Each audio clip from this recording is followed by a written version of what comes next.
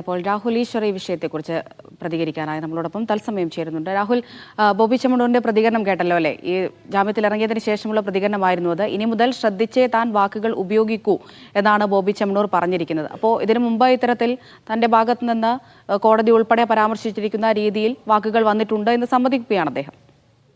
തീർച്ചയായിട്ടും ബോബി ചെമ്മണ്ണൂർ തന്റെ തെറ്റ് തിരുത്തണം, തെറ്റ് മനസ്സിലാക്കണം. അദ്ദേഹത്തെ ഇനിയും കേരളീയ സമൂഹത്തിന് വേണം ഒരുപാട് നല്ല കാര്യങ്ങൾ ചെയ്യാൻ. പക്ഷെ അദ്ദേഹത്തിന് പറ്റിയ തെറ്റ് തിരുത്തണം.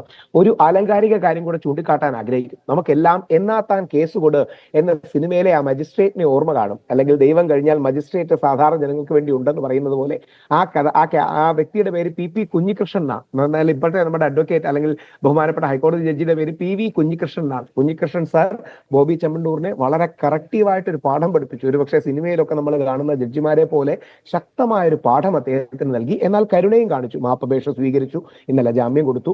ഇങ്ങനെയുള്ള ജഡ്ജിമാരാണ് നമ്മൾ സമൂഹത്തിന് വേണ്ടത്. അവർ കറക്റ്റീവ് ഫോഴ്സ് ആയിട്ട് നിൽക്കുകയാണ്. അതുകൊണ്ട് കുഞ്ഞികൃഷ്ണൻ സാറിന്, ആ ജഡ്ജിക്ക് ഏറ്റവും ആദരവോടെ പ്രണാമം അർപ്പിക്കുന്നു. കറക്റ്റ് സ്റ്റാൻഡാണ്. ഇതാണ് ബാലൻസ്. അതായത് ജാമ്യം റദ്ദാക്കിയില്ല, ജാമ്യം കൊടുക്കുകയും ചെയ്തു. എന്നാൽ അതിരൂക്ഷമായി വിമർശിച്ചു, സ്ത്രീപക്ഷ നിലപാടുകളെ എല്ലാം ഉയർത്തിപ്പിടിച്ചു. എന്നാൽ ബോബി ചെമ്മണ്ണൂരിനെ കൂടുതൽ ദിവസം ജയിലിൽ ഇടേണ്ടെന്ന് പറഞ്ഞു.